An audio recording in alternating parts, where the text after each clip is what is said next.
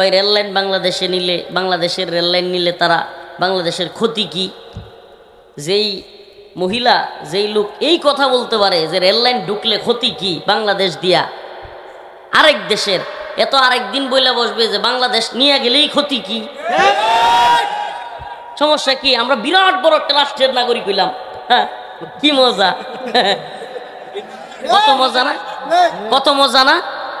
বলতাম না, এই স্বল্প মানুষের মধ্যে এত গুরুত্বপূর্ণ কথাগুলো বলতাম না, কিন্তু বলতেছি কেন জানেন? আপনারা সীমান্তের লোক। আমি এখান থেকে বের হয়ে বিবাড়িয়া পর্যন্ত যেতে পারবো কিনা এটা আমার মাওলা জানে। যেইভাবে আমাদেরকে মাহফিল থেকে বাধা দেওয়া হচ্ছে কল্পনারও বাহিরে। কতগুলো জেলায় যেতে পারি না হিসাব নেই, কত থানায় যেতে পারি না হিসাব নেই, কোন দিন সব জায়গায় যাওয়া বন্ধ হবে সেটাও জানি না, আমার আল্লাহ জানেন।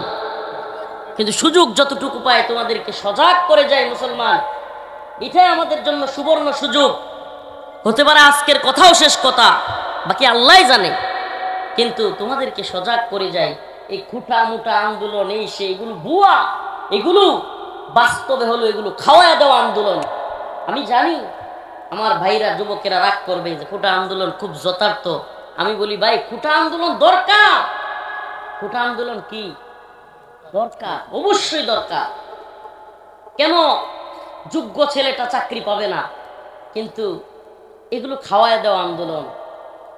যখন আমাদের বাংলাদেশের বুক ছিঁড়ে অন্য একটি দেশ রেলগাড়ি নিয়ে যায়, তখন সেটাকে ডাউন করে দেওয়ার জন্যই আরো কত ইস্যু যে সামনে আসবে সেটার কোনো শেষ নেই। কেন? কারণ একটাই, কারণ ওই দেশের বিরুদ্ধে কোনো কথা আমাদের দেশে হতে দেওয়া যাবে না। এই আলোচনাকে ডাউন করার জন্য সবচেয়ে বড় আশ্চর্যের বিষয় হলো, আপনাদেরকে বলে যাই, বর্তমানে বাংলাদেশে ইন্ডিয়ার সবচেয়ে বেশি দালাল এবং চাটুকার চামচা যদি থাকে, এটা হলো মিডিয়া সেক্টর। এরা কখন কোন জিনিসটাকে খাওয়াইতে হবে, এই রাসেল বাইপার, এই খুঁটা আন্দোলন, এটা সেটা, আমার কথাকে কাট করে খুঁটা আন্দোলন ভুয়া বলে চালাইয়া দিবা, এটা কিন্তু হতে পারে না।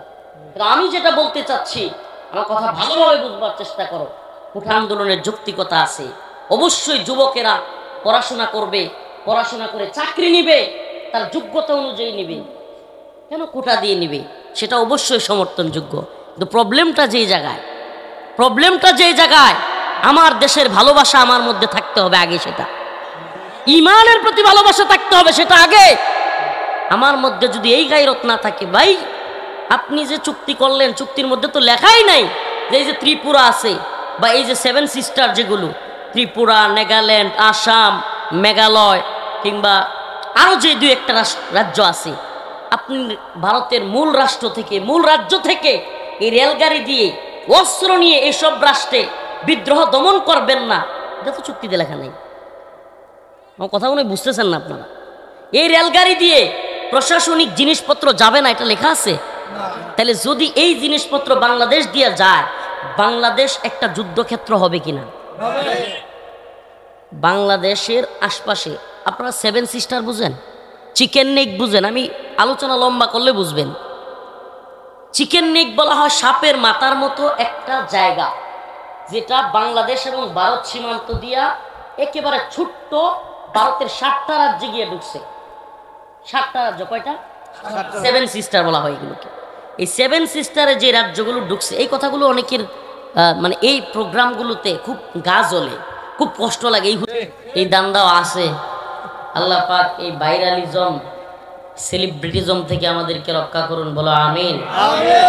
ও চাচা, আপনার ঘরে খাইছিলাম, আপনারা দেখতাছি, আপনার ইয়া করার দরকার নেই। কি কই এটা রে? না, ভলান্টিয়ারের দায়িত্বের দরকার নাই, দাঁড়ায় থাকেন। ছোট্ট জায়গা করছেন, এত মানুষ বসবে কোথায়? যে যেমনি আছে এমনি থাক। তো বলতেছিলাম, নিয়তের কারণে সওয়াবও পাওয়া যায়, বাতাসও খাওয়া যায়। তো আপনাদের নিয়ত যদি হয় দিন প্রচার, কি নিয়ত? দিন প্রচার। এই কথা কয় না, বলেন দিন প্রচারের নিয়তে ভিডিও করে ছাড়লেন, ইনকামও আসলো, সুবহানাল্লাহ, সবের অধিকারী হয়ে গেলেন, আবার কি হলো? ইনকামও আসলো। আর যদি নিয়ত থাকে খালি ইনকামের দান্দা, দিন শেষে হালাল হারাম বিবেচনা থাকবে না। যেমনে মন চায় ভিডিও করো, যেমনে মন চায় ছাড়ো, হুজুরের থাম্বনেল যেটা মন চায় এটা দাও, হুজুরে ফাঁসাইয়া দাও। হুজুর বিপদে বললে আমার কি, মাহফিল কর্তৃপক্ষ বিপদে বললে আমার কি, আমি তো ভিডিও করে ইনকাম করেই ফেলছি। তো এই চিন্তা চেতনা থেকে আমাদেরকে বের হয়ে আসা উচিত। কি কর? প্রবলেমটা কোথায় জানেন? নসিহা তো আমরা করি এই জন্য যে আপনারা ঠিক হয়ে যাবেন। বাস্তবতা কি? দিনের উদ্দেশ্যে এই 50,000 60,000 এখানে অনেক ক্যামেরা আছে যেগুলোর দাম প্রায় 1 লাখ, ঠিক না? 1.5 লাখও আছে। এই 1.5 লাখ টাকা দিয়ে দিন প্রচার, শুধু টাকা যদি না আসতো ক্যামেরা একটাও খুঁজে পাইতেন না। খুব খুশি না? এদেশের কোনো মসজিদে 10,000 12,000 6,000 7,000 বেতন যদি না ধরা হইতো ইমাম খুঁজে পাওয়া যেত না। এদেশের কোনো মঞ্চে বক্তা খুঁজে পাওয়া যেত না যদি হাদিয়া তোহফা না দেওয়া হইতো। অবস্থা কোথায় আমাদের? এটা শুধু এদেরকে নসিহা দিলাম না, নিজেদেরকেও নসিহা দিলাম। চেষ্টা করলাম, মাদ্রাসা বন্ধ হয়ে যাবে ওস্তাদের যদি হাদিয়া আগে নির্ধারণ না থাকে। চাকরি করবার চায় না, নিজে একটা মাদ্রাসা পরিচালনা করি তো আগে হাদিয়া ফিক্স করতে হবে। স্কুল কলেজ ভার্সিটির মতো দ্বীনি প্রতিষ্ঠানগুলো, দ্বীনি কাজগুলো আজকে শুধুমাত্র দুনিয়া তালাশ করার মাধ্যম হয়ে গেছে। আস্তাগফিরুল্লাহ। মসজিদ দিন না দুনিয়া? মাশাআল্লাহ। মসজিদ দিন না দুনিয়া? মাদ্রাসা দিন না দুনিয়া? দিন কেন্দ্রিক আছে নাকি দুনিয়া কেন্দ্রিক হয়ে যাচ্ছে এখন? ইউশিকু আন ইয়াতি আলান নাসি জামান লা ইয়াবকা মিনাল ইসলাম ইল্লা ইসমুহু ওয়া লা ইয়াবকা মিনাল কুরআন ইল্লা রাসমুহু মাসাজিদুহুম আমিরা ওয়া হিয়া খারাবুম মিনাল হুদা। আল্লাহ রাসূল সেই প্রায় 1500 বছর আগে বলছেন, ইউশিকু আন ইয়াতি আলান নাসি জামান, এমন একটা জামানা আসবে লা ইয়াবকা মিনাল ইসলাম, ইসলাম বলতে কিছু থাকবে না বাকি, ইল্লা ইসমুহু, খালি কি থাকবে? নামটা। জিগাইবেন নাম কি? মুসলিম উদ্দিন। মাশাআল্লাহ, কত সুন্দর নাম। আকাম সব করে। আমি বলতেছি না এই নামের লুকি খালি যে আকাম করে এটা না, উদ্দেশ্য হলো মুসলমানের সন্তান, নামও রাখছে সুন্দর, কিন্তু সে খারাপ কাজ একটাও বাদ দেয় না, হারাম কাজ একটাও কি দেয় না। তাইলে ইসলাম কি তার মধ্যে আছে?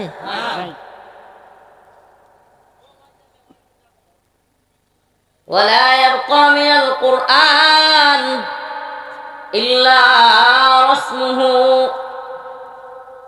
কোরআন থাকবে।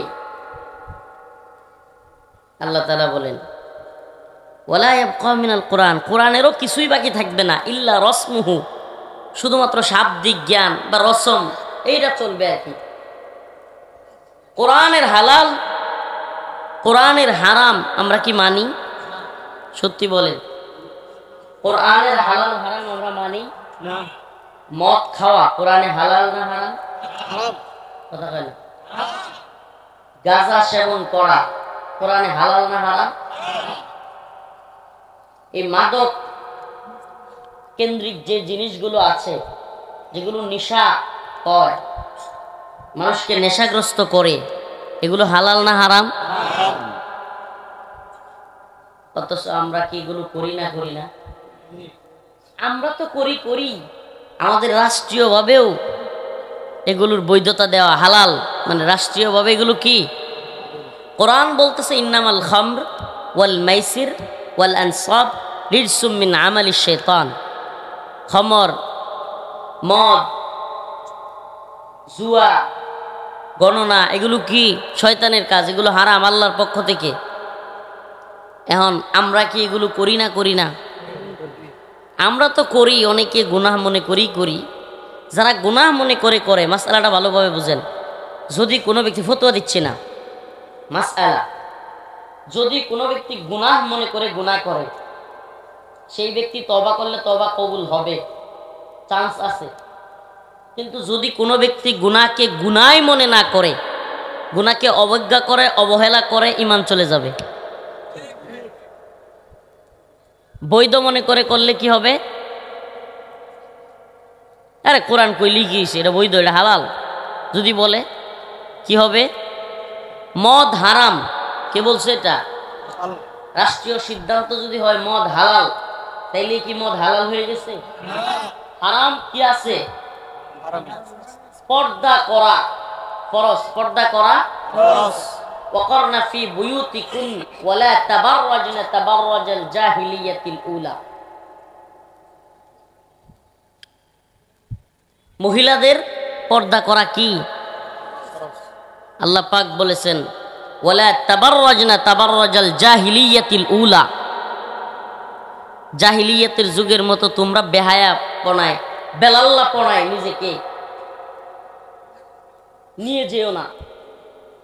তাইলে এখন যদি কোনো মহিলা সর্বোচ্চ পর্যায়ে থাকে, যে দলেরই হোক, পর্দা করলো না, তাইলে কি পর্দা হালাল, পর্দা ফরজ বাদ হয়ে গেছে? আমার কথা মনে হয় বুঝাইতে পারিনি। পর্দার ফরজিয়াত, উঁচু স্তরের কেউ পর্দা বাতিল করে ফেললেই পর্দার ফরজিয়াত বাতিল হয়ে যাবে? সুদ খাওয়া, ঘুষ খাওয়া হালাল না হারাম? আহাল্লাল্লাহুল বাই ওয়া হাররামার রিবা। আল্লাহ কোরআনে বলতেছেন আমি ক্রয় বিক্রয়কে হালাল করছি। আর সুদ কি? ওয়া হাররামার রিবা। রিবা সুদ কি? হারাম।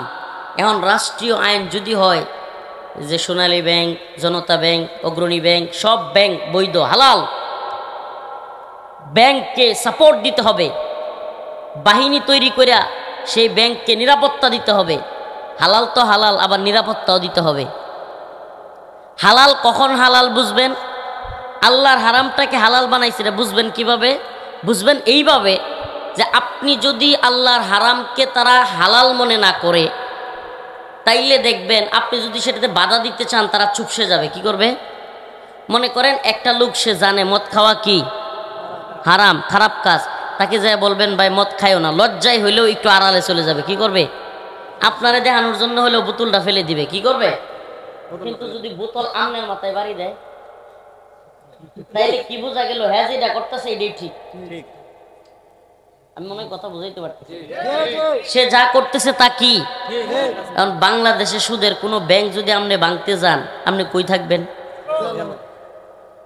তাইলে যদি বাহিনী দিয়া নিরাপত্তা তৈরি কইরা হারামকে প্রমোট করা হয়, তাইলে সেটা কি সেই রাষ্ট্রে হালাল নাকি হারাম? হালাল। আবার কয় হারাম। হালাল। তাদের ভাষায় কি? আমাকে বলেন তাহলে আল্লাহকে এরা রব মানে না নিজেরা রব হয়ে গেছে? আমি মনে হয় বুঝাইতে পারতেছি না। মানে যদি আল্লাহর কথার কোনো মূল্যই না থাকে এদের কাছে, তাইলে সেই নেতা, সেই নেত্রী, সেই রাষ্ট্রপ্রধান বা যারাই এই দায়িত্বশীল, এরা কি রবের আসনে বসে গেছে না? আস্তাগফিরুল্লাহ ওয়া আতুবু ইলাইহি। আস্তাগফিরুল্লাহ। ঈমানের মৌলিক বিষয় এটা, লা ইলাহা ইল্লাল্লাহ মুহাম্মাদুর রাসূলুল্লাহ। প্রথম অংশে আসেন লা ইলাহা ইল্লাল্লাহ। আরে আমার আলোচনার বিষয় কোনটা ছিল? ইউটিউবে ওয়াজ করতে করতে কোন দিয়ে গেলাম? হালাল হারামের মাসআলায় আমার আলোচনা ছিল ইয়া আইয়ুহাল্লাযীনা আমানু লা তাত্তাখিযুল ইয়াহুদা ওয়ান নাসারা আউলিয়া বা'দুহুম আউলিয়াউ বা'দ। আল্লাহর কোরআনে মুসলমানদের শত্রু কারা, মিত্র কারা, মুসলমানদের বন্ধু কারা, বন্ধু কাকে বানানো যাবে, কাকে বানানো যাবে না, আল্লাহ এটা সুস্পষ্ট করে দিচ্ছেন। যারা তার কাটার বেড়ার মধ্যে আমাদের লাশগুলো ঝুলিয়ে রেখে বাংলাদেশে এসে রাজধানীতে বসে বুক ফুলিয়ে বলে যাদেরকে তার কাটায় ঝুলানো হয়, গুলি করে মারা হয়, এরা অপরাধী, এদেরকে আমরা আজ বড় বন্ধু মনে করি। যারা আমাদেরকে তিস্তার পানি দেয় না, যারা ফারাক্কা বাঁধ ছেড়ে দিয়ে, বিভিন্ন বাঁধ ছেড়ে দিয়ে এ বাংলার মানুষদেরকে বাসায় নেয়, মানুষকে পশুর মতো মেরে ফেলে, এদেরকে আমরা বন্ধু মনে করি। যাদেরকে আমরা সব দিতে চাই, রেল লাইন নিতে চাও নাও, কয় রেল লাইন বাংলাদেশে নিলে, বাংলাদেশের রেল লাইন নিলে তারা বাংলাদেশের ক্ষতি কি? যেই মহিলা যেই লোক এই কথা বলতে পারে যে রেললাইন ঢুকলে ক্ষতি কি বাংলাদেশ দিয়া, আরেক দেশের এত আরেক দিন বইলা বসবে যে বাংলাদেশ নিয়ে গেলেই ক্ষতি কি, সমস্যা কি, আমরা বিরাট বড় একটা রাষ্ট্রের নাগরিক হইলাম। হ্যাঁ, কি মজা, কত মজা না, কত মজা না। বলতাম না, এই স্বল্প মানুষের মধ্যে এত গুরুত্বপূর্ণ কথাগুলো বলতাম না, কিন্তু বলতেছি কেন জানেন? আপনারা সীমান্তের লোক। আমি এখান থেকে বের হয়ে বিবাড়িয়া পর্যন্ত যেতে পারবো কিনা এটা আমার মাওলা জানে। কুছ পরোয়া নেই আল্লাহ, আমি এগুলো চিন্তাও করি না কোনো সময়। কতদিন আসি, কয়টা খাইতে পারবো, কয়দিন যাবে না যাবে, এটা কার পক্ষে? এদের কোনো ক্ষমতা আছে? আল্লাহু লা ইলাহা ইল্লা হুয়াল হাইয়ুল কাইয়্যুম হুয়াল আউয়াল ওয়াল আখির ওয়াজ যাহির হুয়াল আউয়াল ওয়াল আখির ওয়াজ যাহির ওয়াল বাতিন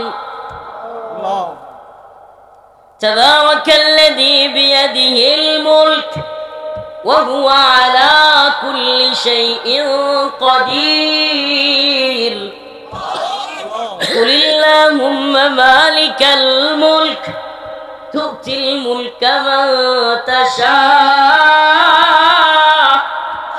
وتنزع الملك ممن تشاء وتعز من تشاء وتذل من تشاء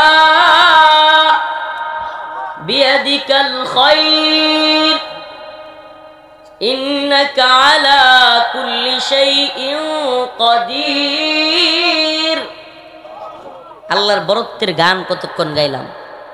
আল্লাহ বলতেছেন হুয়াল আউয়াল, তিনি প্রথম, ওয়াল আখির, তিনি শেষ, ওয়াজ যাহির, তিনি প্রকাশ্য, ওয়াল বাতিন, তিনি গোপনে আছেন। সব জায়গায় যে আল্লাহ আছে তারই তো ভয় করো। এই ইমানই পাওয়ার থাকতে হবে মুসলমানদের। আরে আমাদের নাই তো কিছুই নাই, আছে শুধু একটাই, ইমানের উপর অটল অবিচল থাকা।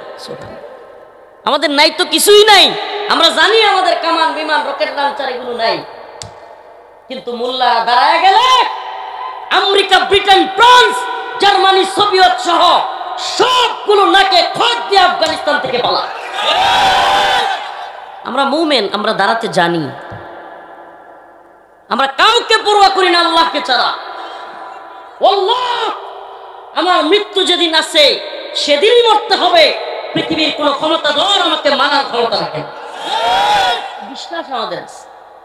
এজন্য বলি ভাই, প্রিয় যুবকেরা, তোমরা একটু সজাগ থাকো। সুযোগ কয়দিন পাই জানি না, যেইভাবে আমাদেরকে মাহফিল থেকে বাধা দেওয়া হচ্ছে কল্পনারও বাহিরে। কতগুলো জেলায় যেতে পারি না হিসাব নেই, কত থানায় যেতে পারি না হিসাব নেই, কোন দিন সব জায়গায় যাওয়া বন্ধ হবে সেটাও জানি না, আমার আল্লাহ জানেন। কিন্তু সুযোগ যতটুকু পায় তোমাদেরকে সজাগ করে যায় মুসলমান, এটাই আমাদের জন্য সুবর্ণ সুযোগ। হতে পারে আজকের কথাও শেষ কথা, বাকি আল্লাহ জানে, কিন্তু তোমাদেরকে সজাগ করে যায়।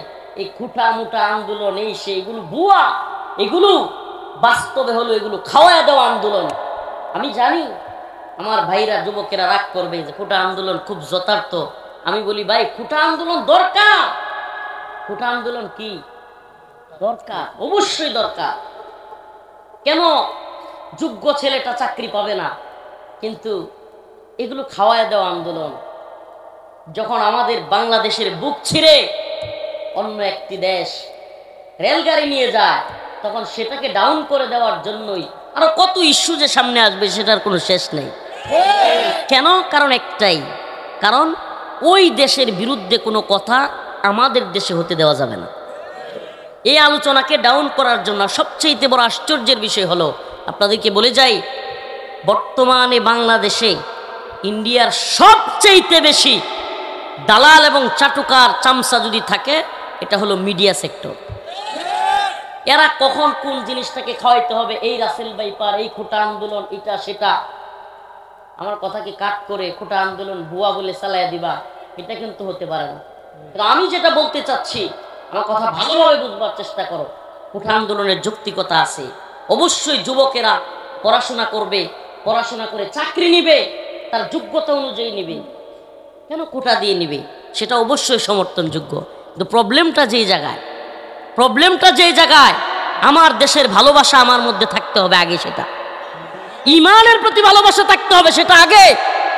আমার মধ্যে যদি এই গায়রত না থাকে, ভাই আপনি যে চুক্তি করলেন, চুক্তির মধ্যে তো লেখাই নাই যে এই যে ত্রিপুরা আছে বা এই যে 7 সিস্টার, যেগুলো ত্রিপুরা, নাগাল্যান্ড, আসাম, মেঘালয় কিংবা আরও যে 2-1টা রাজ্য আছে, আপনি ভারতের মূল রাজ্য থেকে এই রেলগাড়ি দিয়ে অস্ত্র নিয়ে এইসব রাষ্ট্রে বিদ্রোহ দমন করবেন না, এটা তো চুক্তিতে লেখা নেই। আমার কথা মনে বুঝতেছেন না আপনারা? এই রেলগাড়ি দিয়ে প্রশাসনিক জিনিসপত্র যাবে না, এটা লেখা আছে? তাহলে যদি এই জিনিসপত্র বাংলাদেশ দিয়ে যায়, বাংলাদেশ একটা যুদ্ধক্ষেত্র হবে কিনা? বাংলাদেশের আশপাশে আপনারা 7 সিস্টার বুঝেন, চিকেন নেক বুঝেন? আমি আলোচনা লম্বা করলে বুঝবেন।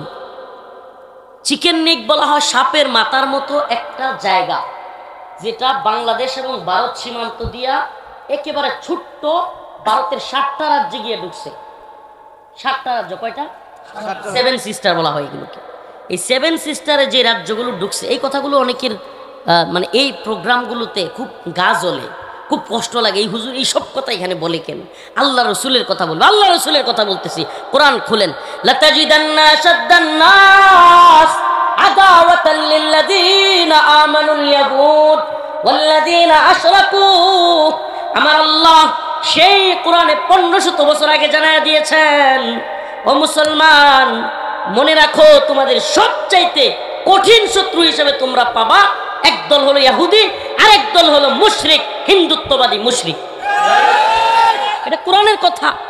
তো আমি সেই মুশরিকদেরকে, হিন্দুত্ববাদীদেরকে আল্লাহ বলছেন এরা মুশরিকরা হলো মুশরিকদের মধ্যে কট্টর যারা, এরা মুমিনদের, মুসলমানদের শত্রু।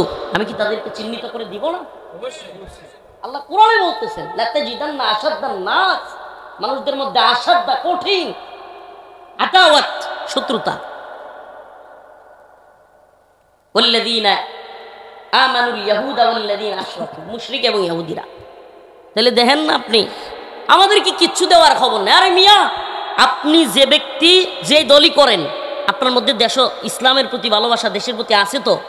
আমার প্রশ্ন আপনাকে, মিয়া আপনি একটু গায়রতওয়ালা নিয়ে চিন্তা করেন। সিলেটে এই কয়েকদিন না বৃষ্টি হইল, যখন বৃষ্টি নাই, কোনো বৃষ্টি নাই, তখনও বন্যায় মানুষ বাইসে যায়। কোত্থেকে পানি আসে? আপনি আমাকে যতটুকু পানি দেওয়া দরকার ততটুকু দেন না। আমার যখন পানি দরকার, আমার জমিনগুলো শুকিয়ে যাচ্ছে, মরে যাচ্ছে, তখন আপনি পানির বাঁধগুলো আটকে রাখেন। আর আমার যখন পানির দরকার নাই, সব বাঁধ একসাথে ছেড়ে দিয়ে আমাকে বানরের মতো, শুকরের মতো, গরু ছাগলের মতো মেরে ফেলেন। এই কি বন্ধুত্ব মিয়া? এটা বন্ধুত্ব নয়, এটা প্রভুত্ব। কবে বুঝবে বাঙালি, এই মুসলিমরা কবে বুঝবেন? আপনি যে দল করে, আমি রেলগাড়ি দিব, আমাকে তিস্তার পানি দাও। আমি তোমার সীমান্তে কখনো গুলি করে আমার কোন বিজিবি জওয়ান ভারতীয় নাগরিককে মারে না, আমাকে কেন মারবা? আমার বিজিবির বাইকে অন্য বিজিবির সদস্যরা কাঁধে করে লাশ নিয়ে আসতে হয়, জবাব চাওয়ার মতো কেউ নাই। সহ্য করা যায় না, সহ্য করা যায় না। কত লাশ আমরা কাঁধে তুলব, কত ফেলানি হত্যা হবে।